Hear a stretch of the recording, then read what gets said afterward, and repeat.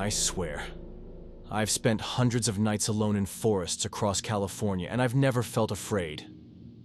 But there was something about those whispers, drifting between the trees like smoke, that made me feel like prey. Last night, I thought I saw eyes reflecting in the dark. But they weren't animal eyes. They were human, watching me, waiting. And the scariest part is, I'm pretty sure they've been watching me for days.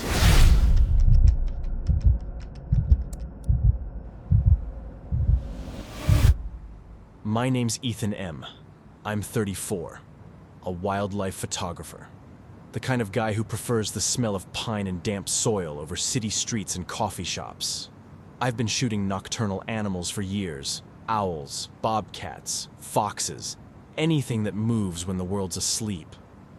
People always ask me if I'm scared to camp alone, miles away from anyone. I'd laugh and say the woods feel safer than any city ever did.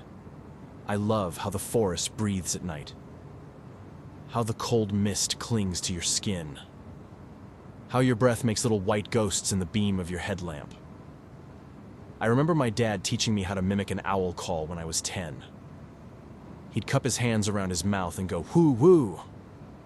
I used to think that was the coolest thing in the world.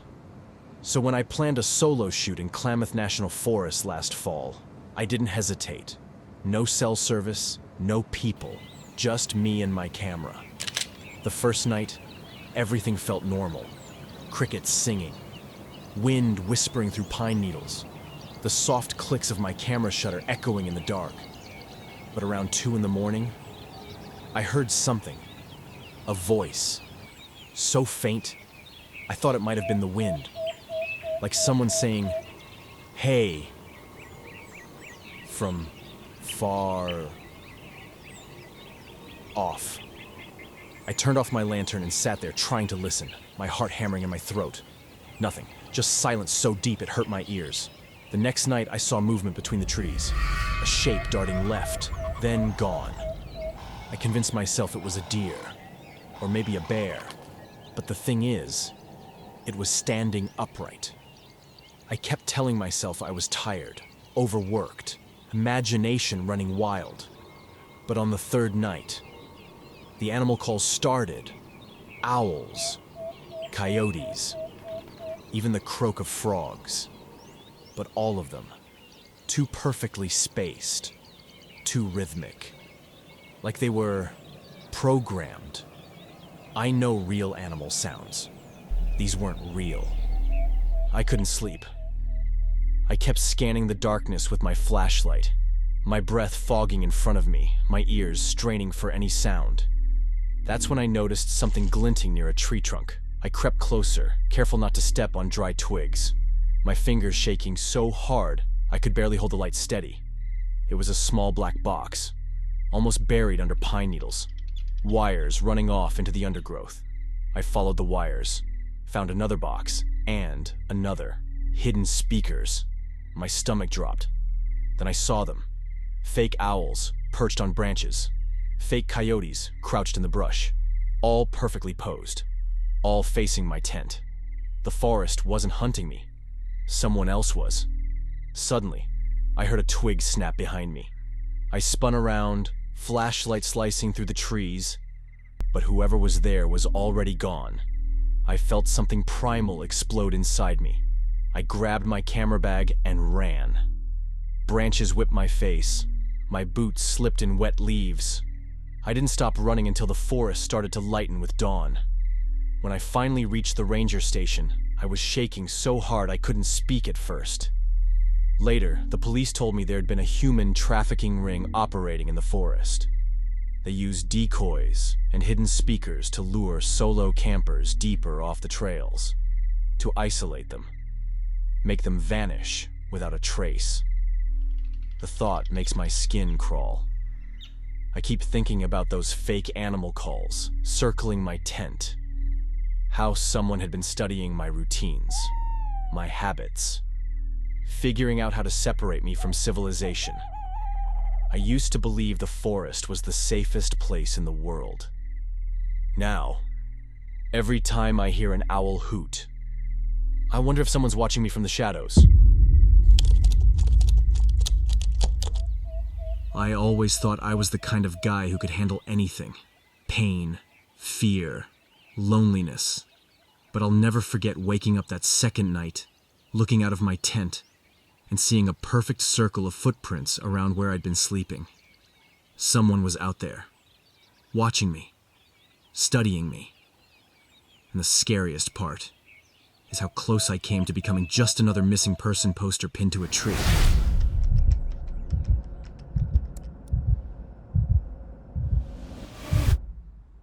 My name's Ryan L. I'm 31. I run ultra marathons. 50 miles, sometimes 100. People call me crazy, but there's something about testing how far my body and my mind can go that makes me feel alive. I train alone. Always have. No headphones, no music. Just the sound of my breath and the pounding of my shoes on dirt. I'd planned this solo run in Pisgah National Forest for months. 3 days. Just me, my pack, and the trails. My coach's voice kept echoing in my head. Pain is weakness, leaving the body. The first day was perfect. Crisp autumn air, leaves crunching under my feet, sun filtering through the canopy like golden shards. At night, I pitched my tent by a creek, listened to water gurgling over stones while I ate a protein bar. I remember thinking I'd never felt so free. Sometimes people ask why I go out there alone, why I don't run with a group. I guess it's because I like the silence, the way my thoughts stretch out in the empty space. But sometimes silence can turn on you. I remembered a news story about a runner who vanished during a trail race in Colorado. They only found his pack and a shoe beside the trail. No body, no answers. At the time, I'd thought, that could never happen to me. The second day started normal. I ran 30 miles through winding trails. My legs were sore, but I felt strong. That night, though, I noticed my flashlight was missing. I swore I'd packed it, checked every pocket.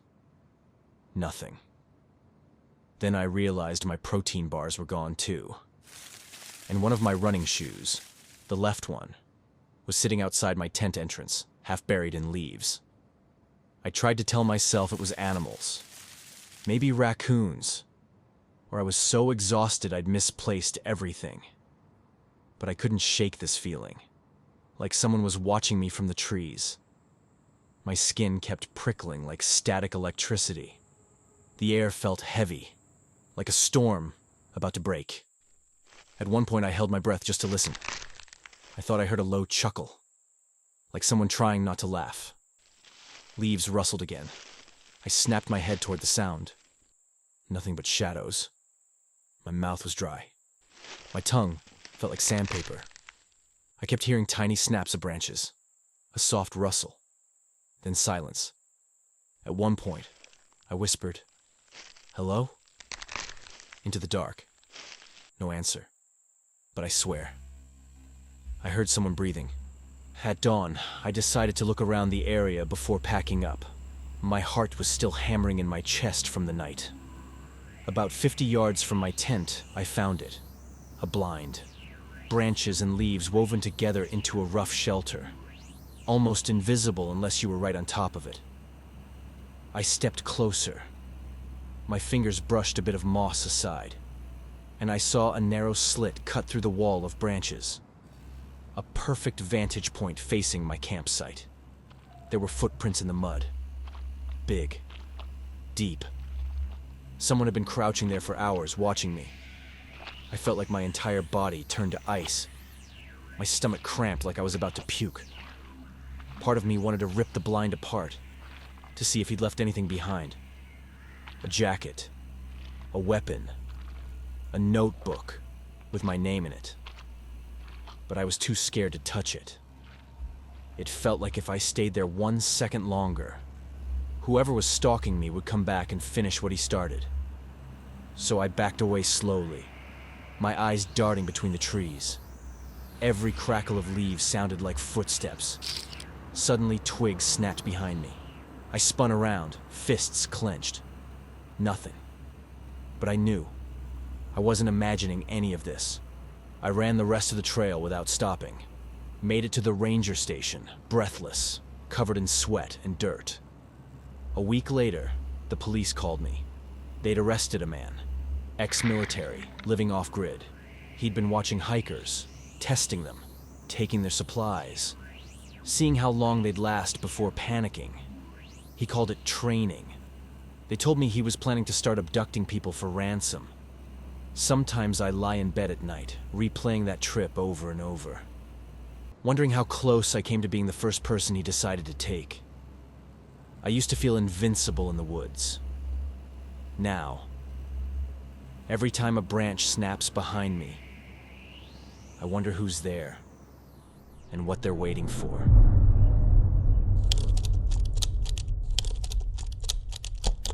Sometimes, I wonder if I imagined the whole thing. A cabin glowing warm in the middle of a rain-soaked forest. A steaming mug of coffee waiting on the table, even though no one was there. And the worst part is, when I told the rangers where I'd found it, they looked me dead in the eye and said, "There's no cabin out there."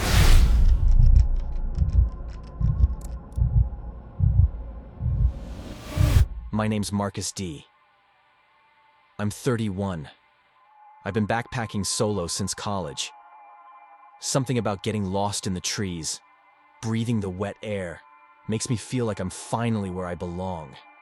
I don't do it for social media. No selfies, no hashtags. Just the rhythm of my boots on the trail and the smell of moss and cedar. Last October, I took a trip to Olympic National Forest in Washington. I'd planned a loop that would take me deep into the backcountry for 5 days. I loved how it rained almost non-stop up there, how the mist hung low between the trees like spirits drifting through the branches. My mom used to warn me about talking to strangers. "It's not the forest you have to be afraid of," she'd say. "It's people hiding in it." I always thought she was just being paranoid. On the third day, the weather turned brutal. Sheets of rain hammered the canopy. Wind whipped through the trees so hard it felt like the forest was breathing around me. My trail turned into a muddy river. Branches crashed down across my path.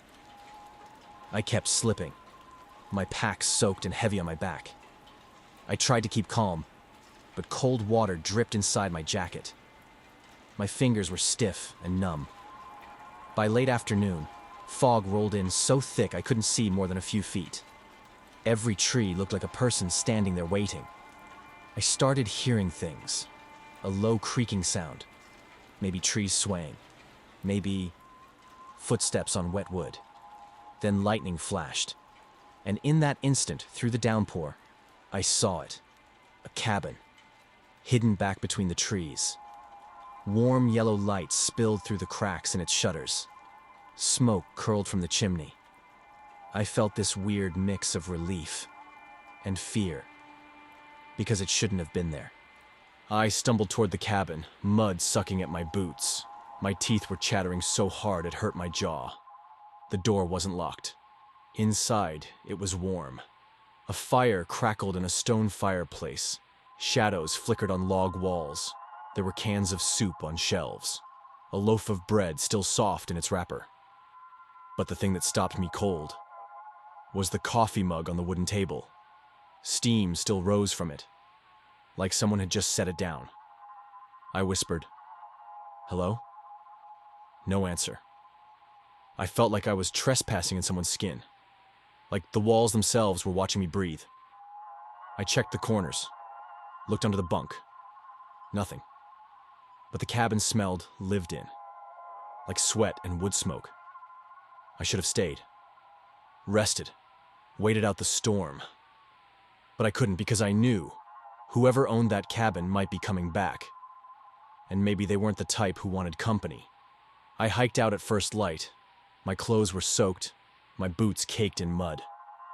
When I finally reached a ranger station, I tried to tell them where I'd been. They stared at me like I was crazy. "There's no cabin out there," one of them said. They pulled out maps, aerial photos, nothing. No records, no structure anywhere near where I described. But I know what I saw. I know I drank that coffee. And sometimes, I wonder if whoever built that cabin is still out there, waiting for the next person to stumble in from the rain.